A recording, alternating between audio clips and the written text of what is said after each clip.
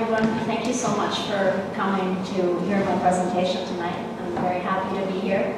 I've had the chance to do a few things in Hamilton in the past, and I just love coming here. So thank you again.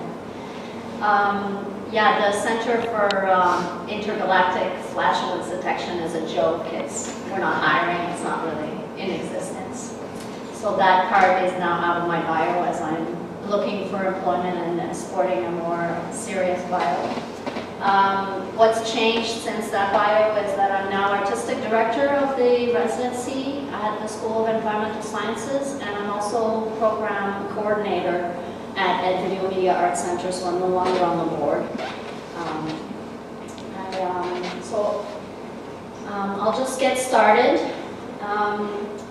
My presentation's about BioArt, but it's about one artist's experience in BioArt, and I think that what you'll find is a consistent approach for me is that concept comes first, dictates the media and the means to realize the idea. And so BioArt has very strict sort of rules around what it is, such as it has to be alive, and so you'll see that I'm more flexible about my definition of BioArt. A big part of why I became an independent curator is because I believe strongly in advocacy for the arts and in trying to break new grounds and trying to bring art to different audiences, trying to expand the possibilities for artists in the dialogue and in different communities, trying to bring sensitization to the art and appreciation. And so being an advocate for artists is a big part of what I've decided is necessary to do as an artist, so that's something else I do. So I just wanted to show you what happens when you decide to do that. That means sometimes that you don't live in a house, you live in a trailer beside a cement factory where your studio is, and you can still make that pretty nice.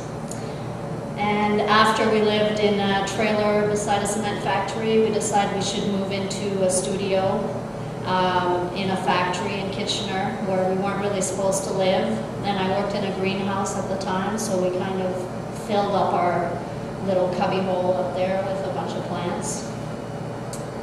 And then I'm going to take you to basically when I was leaving NASCAD in 2004. And in my mind, this kind of fits with BioArt, but this piece is called Hot Shit. It's a bronze pile of poo that heats, and so there's a heating element that's inserted inside from underneath the pedestal.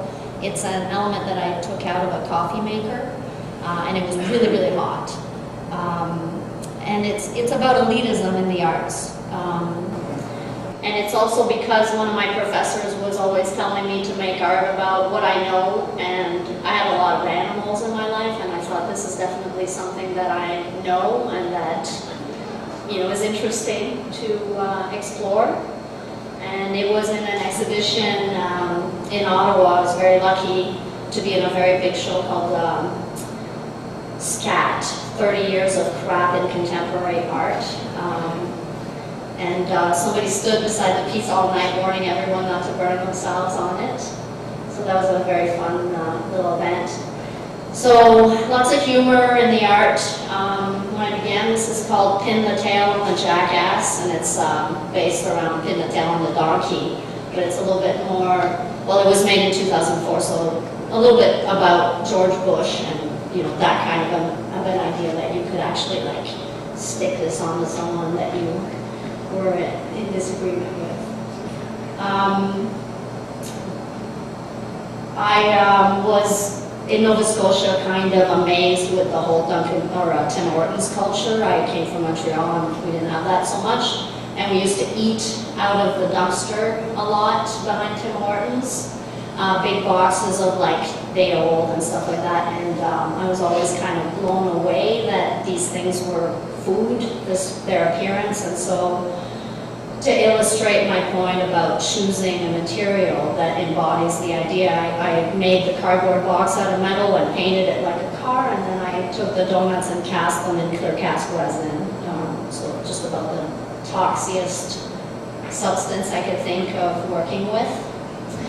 And then graduating MassCAD, I got really interested with the idea of surface versus content, and that trying to understand the world we live in, I've always felt a bit alien to this world, and as much as I'm getting used to it slowly, I find that art is like the best way to ask questions and try to understand it.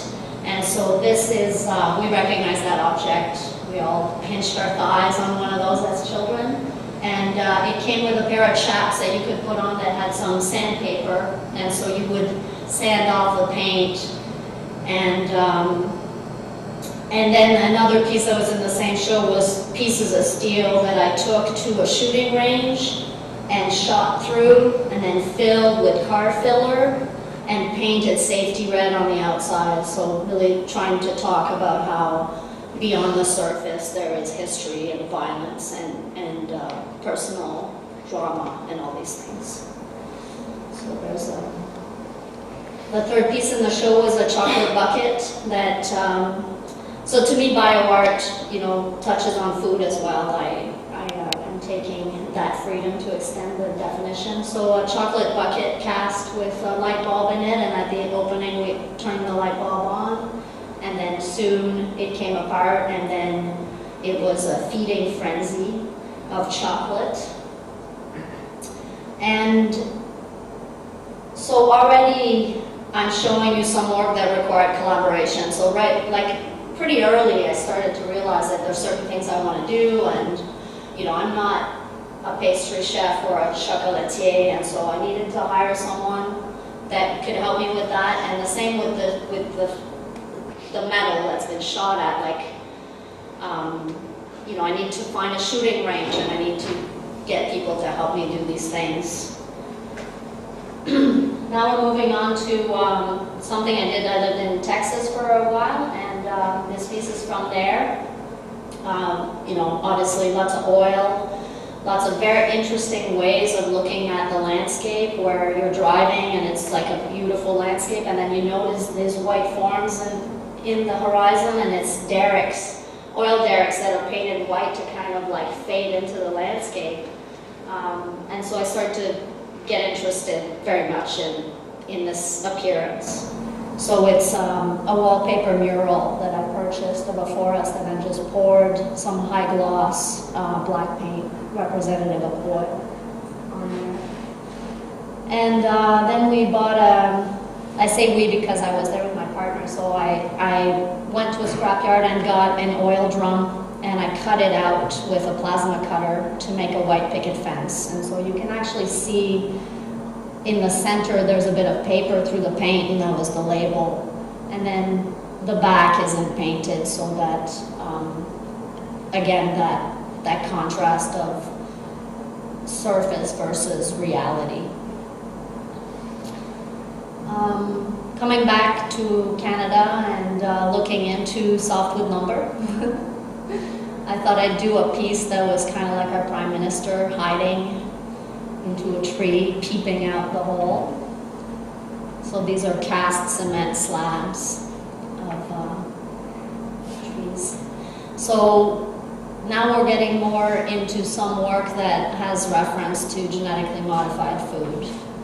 So this exhibition was titled "Who Do You Love?" After the blues song. And on the poster, which you can't see very well, is a deformed frog. That this was happening a lot from farm runoff. And of course ethanol, corn, is being used for gas, and so it's sort of a facade kitchen with this corn pattern that's all built around this car that used to be an exhibition space in Elora. So it's all done with actually marker and chipboard.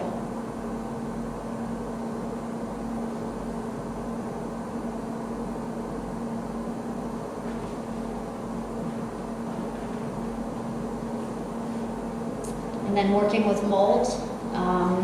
So I picked up this beautiful mattress on the side of the road and proceeded to paint the pattern with yogurt and wrapping it up in plastic and watching what would happen.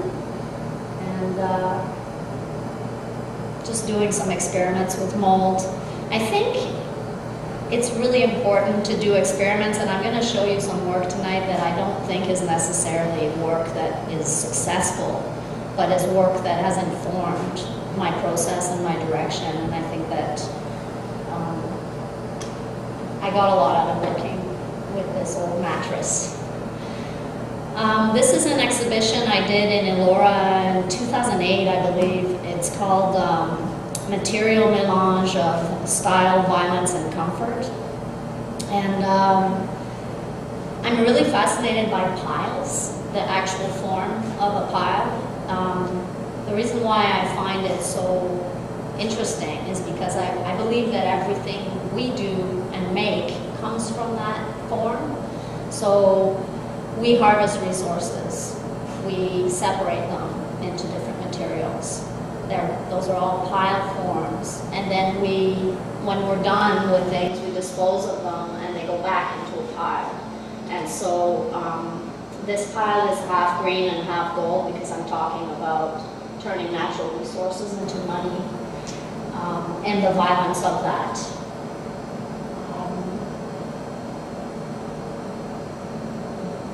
So they were quite large.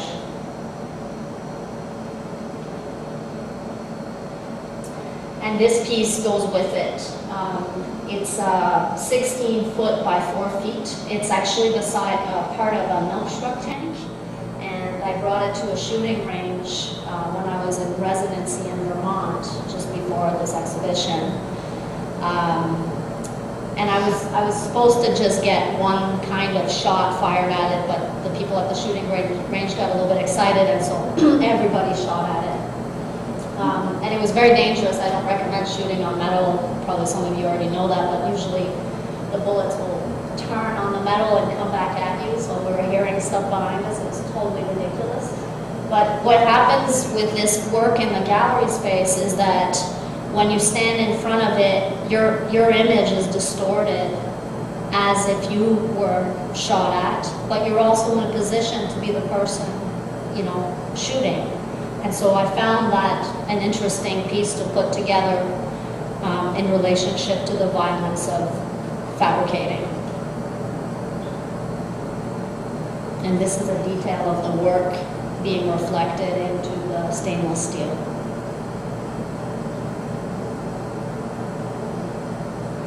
So moving on to artist residency program that I attended in Newfoundland.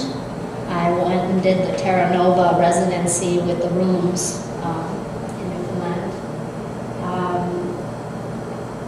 This fits in with what I'm talking to you about, because when I got there, we were very limited in terms of what the studios were, and so I decided I should try to make some paper. And of course, there's a lot of forestry officers that are there. That's pretty much the only source of paper in the park. And so I would get all the shredded documents because it's all secret and restricted. So everything's shredded. So I could get all the shredded paper. And then I found this old pamphlet that was about promoting forestry that had some really neat images in it. And I just did lino cuts, copying the entire image and some of the text to show that I was sourcing it from this thing. And gathered a few materials in the park, like leaves and things like that, which I actually kind of got in trouble for, because you're not supposed to pick anything up for conservation reasons. So these few next images are all from that forestry book, and I should say, this is, it's a way you can measure the height of a tree, holding a stick and having someone, and it explains it all, if you can read that.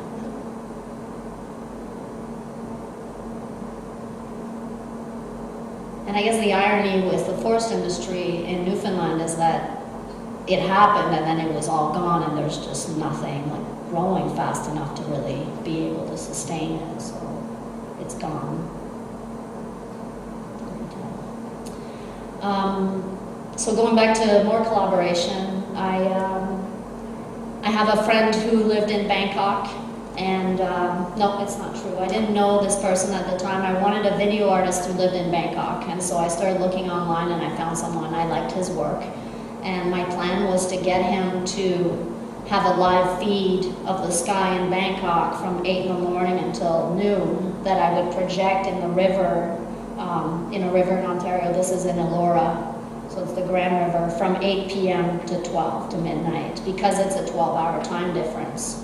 And so the concept was to kind of open up a window right through the earth to the other side. And we did it. The documentation isn't super, but I think this shot's a little bit better. So that's kind of like algae, those little lines floating by, and then you can see the Bangkok sky, so the blue sky with the clouds, and then some fish would come and kind of check out the light, which was really nice. And somebody came, this is the best thing anyone's ever said to me, somebody came and said, any effort to make the world a smaller place is just great. And I thought, oh man, this is like the best comment you could ever get for an art project. So it was really lovely to stand on a bridge and just, let people come by, be your audience, instead of be, in a gallery. Sorry, I'm just checking how long I'm going here so I don't go too far over. There's another detail of it. Oh, and the other thing that was neat about this is that I bought a projector for this project, and when I put it like this to go in the river, it just shut off. And I realized you couldn't do that with a projector, so I had to get a shaving mirror and rig it up with some bungee cords and reflect the image into the river, which was a bit rushed because it was like an opening, but it worked. So this is a project that I also is a bit of a test for something in the future, and I needed the help of a shooting range to do this. So looking at patterns in tapestries all over the world in different cultures, a lot of patterns you see repeating in different areas of the world, and there's no really there's not much text about the origin of where these things come from. And so I decided it's probably because of war. I'm assuming people went somewhere, thought and saw things that they liked and brought them home, and then they're somehow appropriated. And so I got handkerchiefs like you would wave if you're surrendering, and I silk screened on some images with photo emulsion in the dark, and then I put them in a box, and I took those to the shooting range, a shooting range called Shooter's Choice in Kitchener-Waterloo. If you ever need to make gun art, they're pretty open-minded about it. And the gunsmith there helped me make bullets that are all powder, so they would do a big flash. And so we then put the gun inside these boxes and exposed my images, and then I brought them home and I developed them. But I'm not sure that the imagery I selected at the time was all that perfect for what I was doing, but it worked really well, so I'm planning on doing more work like that eventually. So then I decided I was really wanted to make work about GMOs. Really wanted to get into maybe work with Vandana Shiva or work with some activists that I was interested in. And I thought that I would go to one of her lectures and she wasn't there. And so on the way back home, I knew that the School of Environmental Science at the University of Guelph got a lot of funding from genetically modified, like Monsanto's and companies like that. And so I stopped in and made an appointment with the director of the school. And the next day was my appointment, and I came in and I said, look, I just want to come here and sit into classes and talk to researchers and make art about what goes on here. And he said, well, that sounds great. He said, do you want a studio space? And I was like, yes, that sounds good. And it was that easy. So I got a stipend and I got a studio space. And then I started to stop in to the office of the guy who grows tomatoes in zero gravity chambers, or the woman who's working with bumblebees in zero gravity, or there's a cow at Guelph that has a glass stomach. You can watch it digest stuff, and you can even put your arms in there. And so I just started working with them, basically. This was the first piece I did, one of the first experiments. I did a lot of work that didn't end up anywhere because science is like that. You have theories and you try them out, and then a lot of times it's more or less successful. So I wanted the bees to make a comb out of my sculpture. So I made a sculpture out of beeswax that is hands that are hollow, and they were mounted onto a beehive. And it turns out that my beehive had too low of a population to really utilize the space in the hands, but I got to work with bees and I got to learn a lot about how they function and how amazing they are. And it was a wonderful project. And then I was sitting in a lot of classes, and I kind of thought I'd be like the same age as these kids, and I thought, it's going to be so great, I'm going to learn a ton. Well, guess what? Maybe having a science background in high school would have been useful for a lot of this stuff, so I was kind of missing some major points, but I got working with this guy with glow-in-the-dark bacteria. And I felt like it was right around the time of that flu a few years ago, and I thought the kids were the students were a little bit touching their faces a lot, and they were kind of gross, to be honest with you, university students. So we made this puppet, this little puppet here, and we got glow-in-the-dark bacteria, and we kind of grew it on his cuffs and on his hood, and maybe on the pockets of his pants. And then I made this photo with 7-Eleven, just with a comet coming in. And that's a close-up of our little puppet with the glow-in-the-dark bacteria on it. Which brings me to the fact that when you work with bacteria in a university, you have to follow the code, the bioethics code, which is basically there is a unit at the school that is a bioethics body, and you have to justify the use of the bacteria you're using and the context you're using it in. And of course, this wasn't something that they were going to approve. And the gentleman I was working with almost lost his job because of it, so we had to really kind of,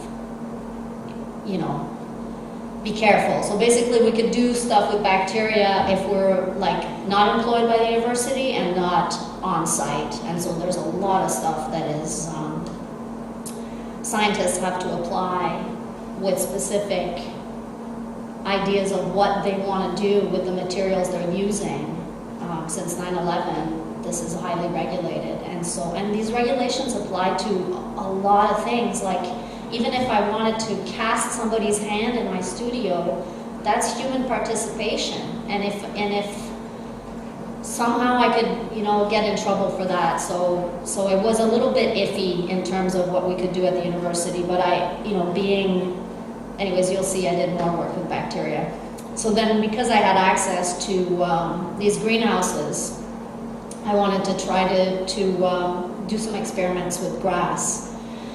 I wanted to grow grass over this entire bridge that is abandoned that runs over this little river. And I knew that there's this substance that you can, the stuff they put on the side of the highway when they reseed new ground. It's kind of like undercarpeting, sort of. So I coated this whole chair with this. You can kind of see it up there with the netting, with seed, and then if you want grass to grow, you have to, each blade of grass has to be cut for it to split. And so if you want a nice full thing of grass, you're looking at giving your chair a haircut. That is pretty time consuming, surprisingly. So I was spending 2-3 hours giving this thing a haircut every once in a while. It turned out super. We had it all over the place, and it got shown at a Royal Horticulture show in Toronto. And then I realized that I probably need funding and all sorts of things to do the bridge, and so a lot of what I did at the university ended up being very experimental. So then I thought maybe I can get away with one more piece with bacteria if I do it alone and I don't ask anyone for help. And so I cast, so this is still during that flu H1N1, I think.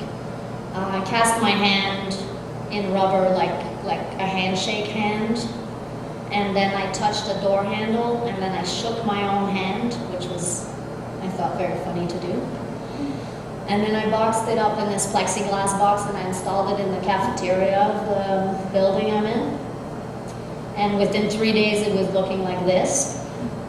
And technically, I shouldn't really have gotten in trouble for it because it's called environmental bacteria, so it's not like I'm actually seeking out something that's bad. I'm just kind of touching, a door handle that everybody's touched. And then I got some of the faculty to come and talk to me about what they thought this was. All these different things, right? Like there's like a cloud puff on the thumb. There's like this really beautiful red in there, and these sort of frosted craters.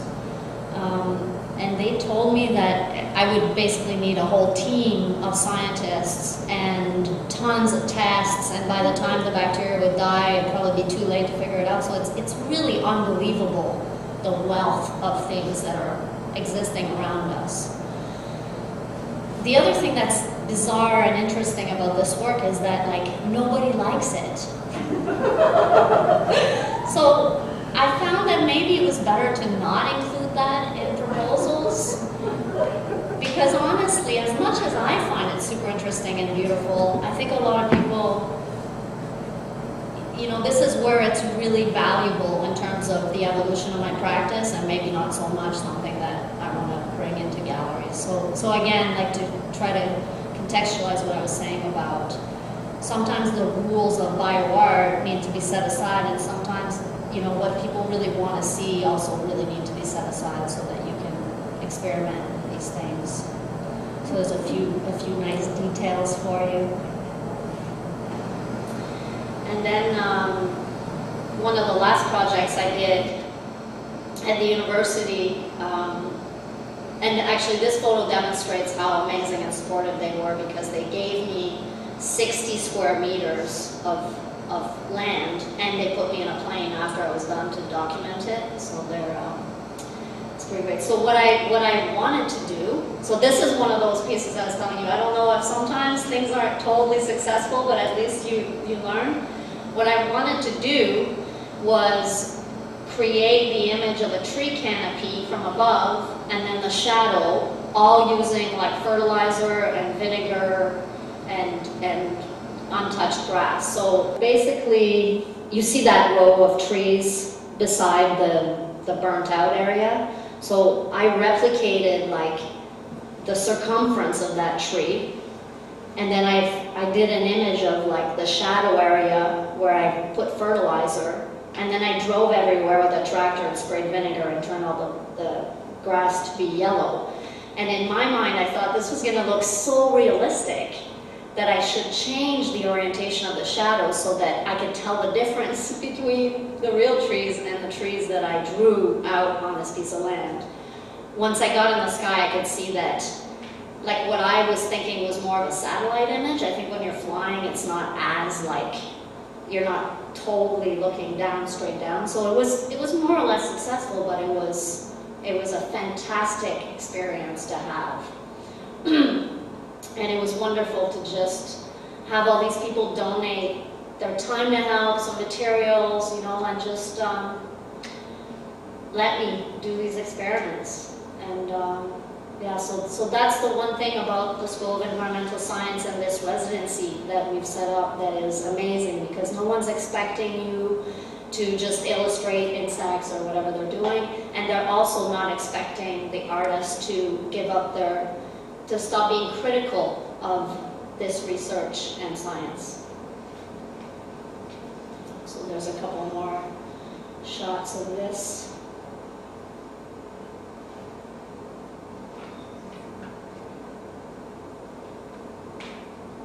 And then I'm jumping forward to a piece I did with another artist called Annie Dunning. I don't know if any of you are familiar with the theory that life on Earth started in Sudbury. There was a meteorite that penetrated the Earth's crust and went way down deep, and it had some bacteria on it, and potentially, this is the theory, life came from there. And so we were an exhibition in Sudbury, and we wanted to talk about this. And this piece is titled Near Earth Object. Oh, and the meteorite is the reason why they have zinc in Sudbury. And Near Earth Object is our representation of kind of a sci-fi version of this theory, where this like comet smashed into the Earth, but it was really habited by chickens. And that's really how life started on Earth. And so we had chickens with us, which unfortunately we weren't allowed to have. It was a bit of a miscommunication. But this piece is, each one of those cubes is 4 by 4 feet by 4 feet by 4 feet. And there's 3 of them. And then we got a whole bunch of slag from the mine and put it there. And so the different little images. This was my first time working with plexiglass at this scale, and kind of like really welding it and doing all these things with it.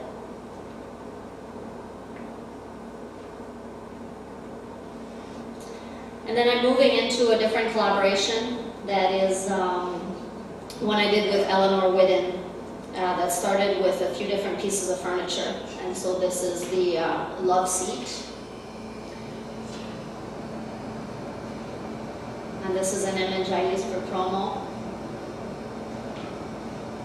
This is one of the resulting pieces. Another resulting piece. So this was an armchair that we used the armature to stretch the fabric as if it was a skin. And then we also, that love seat you saw was turned into this buffalo.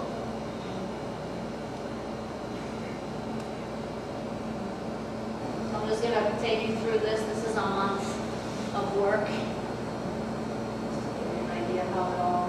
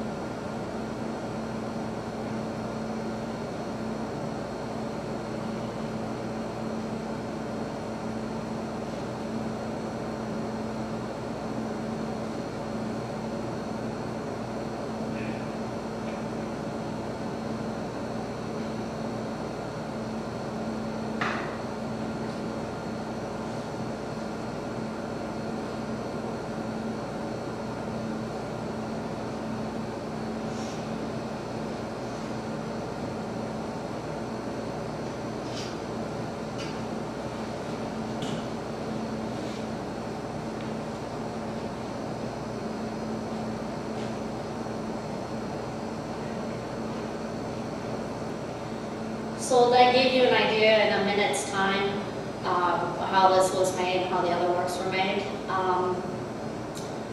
The buffalo is made out of a piece of couch that was fabricated in Ontario, and the relationship between the buffalo and the fabrication industry is that we eradicated the buffalo, and now we have no more manufacturing sector, basically. Certainly furniture and things like that aren't happening that much, and so that was the idea, was making the buffalo, and then the idea was to throw it off the roof of the building, but my collaborator was a little bit hesitant of that, so it lives with me now in my studio and gets shown once in a while. But you know, I guess I need to go back and say, this is where I'm saying, yeah, I'm not a bioartist all the time, but to me these things are so connected, and they're so connected in the way that we interact with our environment that it kind of all makes sense together in my mind. So this is another work that was done with the same piece of furniture that was exhibited at an event called Dawn Blanche. And this is the group that hosted the residency. They're called Versus, Versus, Versus. And they're on Polson Avenue in Toronto, and they're amazing. They're mostly graduates from, or undergrads from the University of Guelph's art program.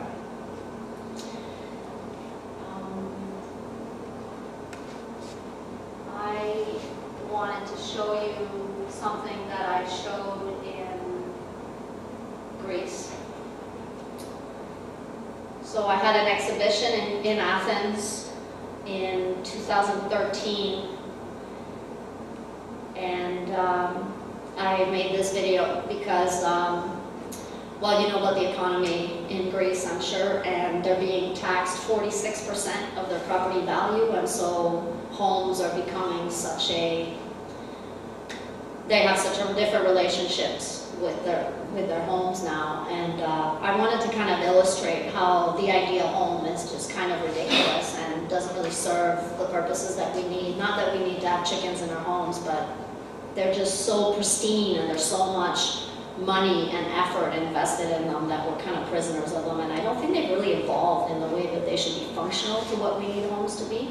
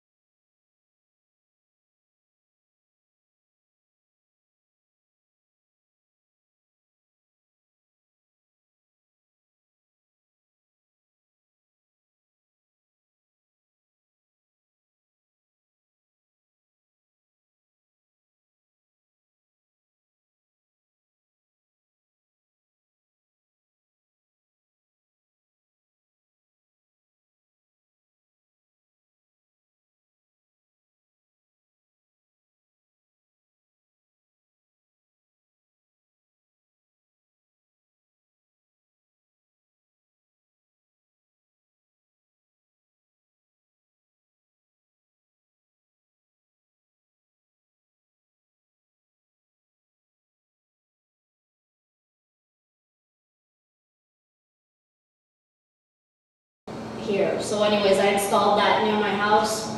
So you recognize Nestle, Pure Life, and the little people dancing, that's off their water bottle. And then just posted that near my house, and I thought it would get taken down because the plant is like literally half a kilometer from there and all the trucks drive right by. But it's still there, and it was exhibited in Geneva, and it's going to be in a catalog now.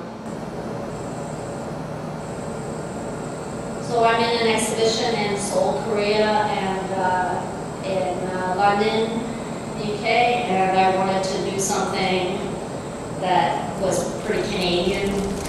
I had this idea for a while. I had never thought I should really do it.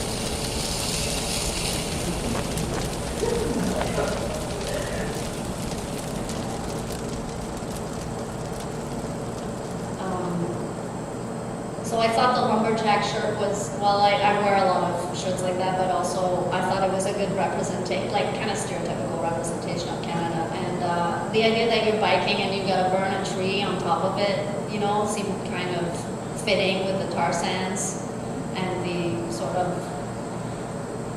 use of resources. And so it's a 5-minute loop, nothing happens but that. And so it's just going to be looping, and once in a while somebody will get a glimpse of that. And it was really fun. It was really fun to do. And where I live in the country, it's totally acceptable to do that kind of thing. Nobody looked at me like that was weird, and so yeah, it was a good time. So now I'm going to switch you over to someone else. This is Robert Hengeveld's work. He was the second artist in residence at the School of Environmental Science, and I had the pleasure to curate his exhibition at the MacDonald Stewart Art Center, in Guelph beside the university when he was finished. And we had the whole main floor, so it was a pretty big show. This piece is called Howl, and it's a mock bunny for hunting that you can purchase. It actually is supposed to be mounted, kind of, if you're hunting, you would mount it, and then it sort of vibrates, but it's this really like upright sort of little rabbit. And then the coyote, you can't see its face, but it's like this incredibly aggressive, amazing representation. And so it's a gravity operated, I'm short on words here, roller coaster. So it kind of cranks up, brings the coyote up there, and then it lets it go, and it goes all the way around. And it was such a great piece. So we had this work, and then we had this work, which was definitely out of the School of Environmental Science. So Robert programmed a CNC machine to cut this landscape of grass. And so in the green unit is a computer with a program that's running the CNC. At the end of that long shaft, there's 2 blades that are kind of like this and just spin really, really fast. It would take 7 hours for the blade to cut the entire piece of grass. We also had 2 lights. There was only one in the shop, but we had an additional one to maintain the grass, and then it would also get watered every once in a while. And over the course of the exhibition, the grass would eventually die, and all the technology, although functioning, wouldn't have the ability to tell whether the living organism is alive or totally gone. So eventually it just was dead, and it was still cutting and watering, and I enjoyed that. That's another detail of it. And this is another room where you entered through an elevator that he built, and then the doors closed, and there was elevator music, and the elevator kind of turned around 180, and then opened the door, and then you could walk. This is a panoramic shot, so actually this is a shot of the entire room. So you could walk onto that walkway, and there was little Tweety birds, like mechanical little birds, that were singing all over. It was very dark too. We lit it so we could document it properly. And you'd walk around, and there's a campfire that's made out of plexiglass cutouts, and a record that's playing bird songs. And then all this that's black is actually filled with water, and there were remote controlled ducks. And so, a sort of synthetic paradise. And I brought the catalog with me if you want to take a look afterwards. And then this is my conclusion shot. This is another artist's work that I like very much. It's Stan Krasnowski, and this was an installation that I took with Ed Video to Sweden for an art fair there.